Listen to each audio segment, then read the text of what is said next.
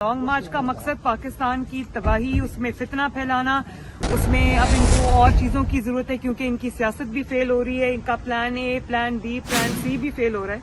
तो उनका ये अब उनकी ज़रूरत है कि वो कोई ऐसी चीज़, कोई ऐसा शर क्रिएट करें जिससे वो अपने मकासद हासिल करने में कामयाब। कह रहा है कि ये लाश गिराई जाएगी, क्या इमरान खान को इस पे गिरफ्तार किया जा सकता है? देखिए ना, ये मैं नहीं कह रहा, ये PMLN नहीं कह रही, तो कौन कह रहा है? ये फैसल वाडा साहब कह रहे हैं जो PTI से कि जी इसमें लाशें गिरेंगी और खून खराबा होगा।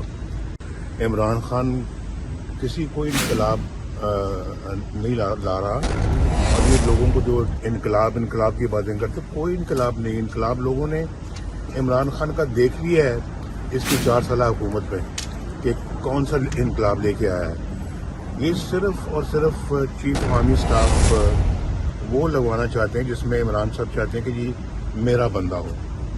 अब ये चीफ आर्मी स्टाफ एक जो है ना वो इदारे का चीफ है और किसी पार्टी का चीफ तो नहीं है ना कि अब हम देखेंगे जी फलां सियासतदान कह रहे हैं तो उसके कहने के ऊपर आप अपना चीफ आर्मी स्टाफ पोस्ट कर दें।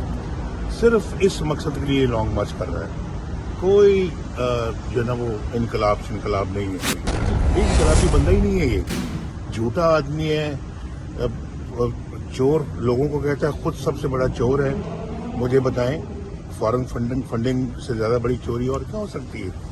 मुझे बताएं वो जो स्कैंडल है इनका जो अपना तो जो 50 अरब के लगभग का, इससे बड़ा स्कैंडल पाकिस्तान की तारीख में कभी नहीं आया।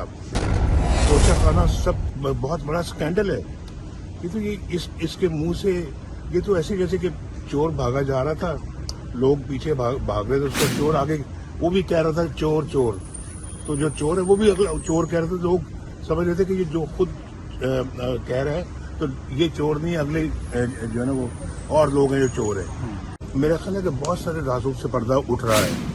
आने वाले दिनों में इंशाल्लाह आप देखेंगे कि और अल्लाह ताला करेगा इंशाल्लाह इस पर लॉन्ग मार्च फेल होना ही होना है। ये मेरी बात नोट कर लें इंशाल्लाह। Thank you.